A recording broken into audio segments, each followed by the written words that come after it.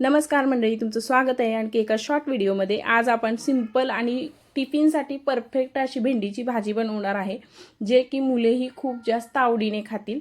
तर त्यासाठी एक कढई घ्यायची आहे, कढईमध्ये 1 चमचाभर तेल ॲड करायचे। तेलामध्ये छान आपल्याला भेंडी भाजून घ्यायची आणि भेंडी आपल्याला तोपर्यंत भाजायचे जोपर्यंत त्यातला चिकटपणा पूर्णपणे जात नाही।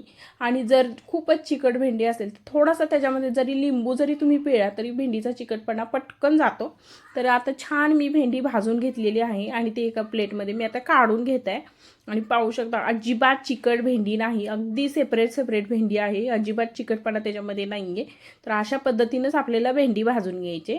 आता काय करायचं, त्याच कढईमध्ये ना 1 चमचाभर तेल ॲड करायचं। माझं तेलाचं प्रमाण खूप कमी असतं, तुम्हाला जास्त तेल आवडत असेल तर तुम्ही जास्त ॲड केलं तरी चालेल।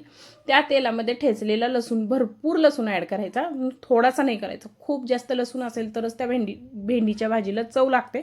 तर भरपूर असा ठेचलेला लसूण ॲड करायचा। 4 ते 5 हिरव्या मिरच्या कट करून ॲड करायच्या आणि लसूण आणि हिरव्या मिरच्या 1 मिनिटासाठी तेलावरती परतून घ्यायच्या। मिरच्या व्यवस्थित परतल्या की त्याच्यामध्ये अर्धा चमचा हळद ॲड करायची। हळद पण तेलावरती छान परतून घ्यायची। नंतर त्याच्यामध्ये कट करून घेतलेली भेंडी ॲड करायची। कट करून घेतलेली भेंडी 1 मिनिटासाठी आपल्याला परतून घ्यायची मिरचीसोबत। पाहू शकता मी 1 मिनिट भेंडी छान परतून घेतलेली आहे। नंतर त्याच्यामध्ये 2 चमचे शेंगदाण्याचं कूट ॲड करायचं। आता माझ्याकडे शेंगदाण्याचं कूट अवेलेबल नव्हतं, पण माझ्याकडे शेंगदाण्याची चटणी अवेलेबल होती, जी की आपण शेंगदाणे, लाल तिखट आणि लसूण घालून बनवतो। ती चटणी मी ह्याच्यामध्ये ॲड केलेली आहे आणि ही चटणी भेंडीमध्ये व्यवस्थित मिक्स करून घ्यायची। चटणी व्यवस्थित मिक्स झाली की त्या भेंडीच्या भाजीवरती 1 प्लेट झाकायची। 10 मिनिटं भेंडीची भाजी छान शिजू द्यायची।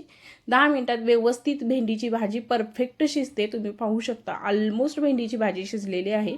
आता त्याच्यामध्ये चवीपुरतं मीठ ॲड करायचं। मीठ आणि भेंडीची भाजी छान एकत्र मिक्स करून घ्यायची। एकदा व्यवस्थित मीठ आणि भेंडीची भाजी मिक्स झाली की त्याच्यावरती अजून 1 मिनिटासाठी आपल्याला वाफ काढून घ्यायची आहे भेंडीची भाजीला। त्यासाठी मी प्लेट झाकते आणि अजून 1 मिनिट भेंडीची भाजी शिजू देते। तर ही 1 मिनिटानंतर भेंडीची भाजी अगदी परफेक्ट तयार आहे। तुम्ही नक्की ट्राय करा। ही भेंडीची भाजी वरण भाताबरोबर खूप छान लागते, चपातीबरोबरही खूप छान लागते। तुम्ही नक्की ट्राय करा, मला कमेंट करून नक्की सांगा।